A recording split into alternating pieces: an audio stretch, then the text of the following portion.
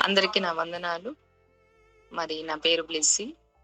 నేను నెల్లూరు నుంచి మాట్లాడుతున్నాను. దాదాపు ఒక 4 నెలలుగా జేష్వా అన్నది నేను లైవ్ వింటూ ఉన్నాను, చూస్తున్నాను. చాలా మంది గూడా థాంక్ యూ జీసస్ అని రాస్తుంటే, మా అప్పులు తీరిపోతున్నాయి, మా ప్రాబ్లమ్స్ అన్నీ గూడా సాల్వ్ అయిపోతున్నాయని చాలా మంది చెప్తున్నారు. మరి నేను గూడా దేవుని సన్నిధిలో ప్రార్థిస్తూ ఉన్నా. ప్రభా, నాకు కొంచెం అప్పులున్నాయి. దాంట్లో నుంచి నేను బయటికి రావాలి అని చెప్పి దేవుని సన్నిధిలో ప్రార్థిస్తూ ఉన్నా. అయితే ఒకరోజు నేను అన్న లైవ్‌లో మాట్లాడుతున్నప్పుడు ఒక మాట విన్నాననమాట. ఎవరో ఒకామె మరి 100 పుస్తకాలు ఆర్డర్ చేసుకుందంట. ఆ పుస్తకాలు ఇంటికి వచ్చిన వెంటనే మరి వాళ్ళ అత్తకు ఆమెకి ఒక 7 నెలలు మాటలు లేవు. మరి అందువల్ల ఒక 100 పుస్తకాలు పంచాలా అని అనుకుంటున్నానని అన్న దగ్గర చెప్తున్నప్పుడు, మరి ఆ పుస్తకాలు వచ్చిన వెంటనే ఇంట్లో తెచ్చిపెట్టిన వెంటనే ఆమె దగ్గర నుంచి ఫోనొచ్చిందంట. మరి ఆ సాక్ష్యం నేను గూడా విని, సరే చాలా మందికి జరుగుతుంది గదా!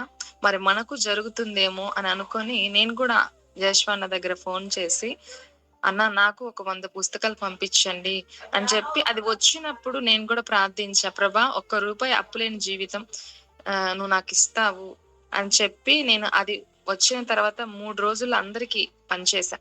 పంచిన ఒక వారం, 10 రోజుల తర్వాత ఎవరో నాకు ఫోన్ చేశారు. అంటే కొంచెం తెలిసిన ఆమె ఫోన్ చేసింది. సిస్టర్, ఇట్లా ఎప్పటినుంచో నేను ఒక మాట అనుకుంటున్నాను అనిన్నారు. ఏంటమ్మా అంటే, నేను మా ఆయనకు హెల్త్ ప్రాబ్లమ్‌గా ఉంది.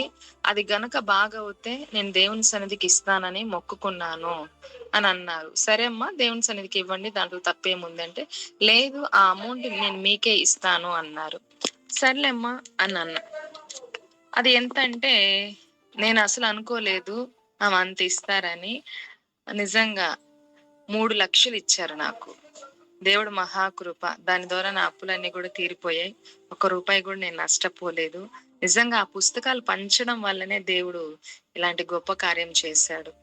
మనం అనుకుంటాము చాలా సార్లు ఏముందిలే ఆ సుతులు పుస్తకంలో అని. నిజంగా అన్న చెప్పాడు, నేను చేశాను. దేవుడు నా జీవితంలో అయితే గొప్ప కార్యం చేశాడు. దేవుడి సాక్ష్యాన్ని దీవించును గాక. ఆమేన్.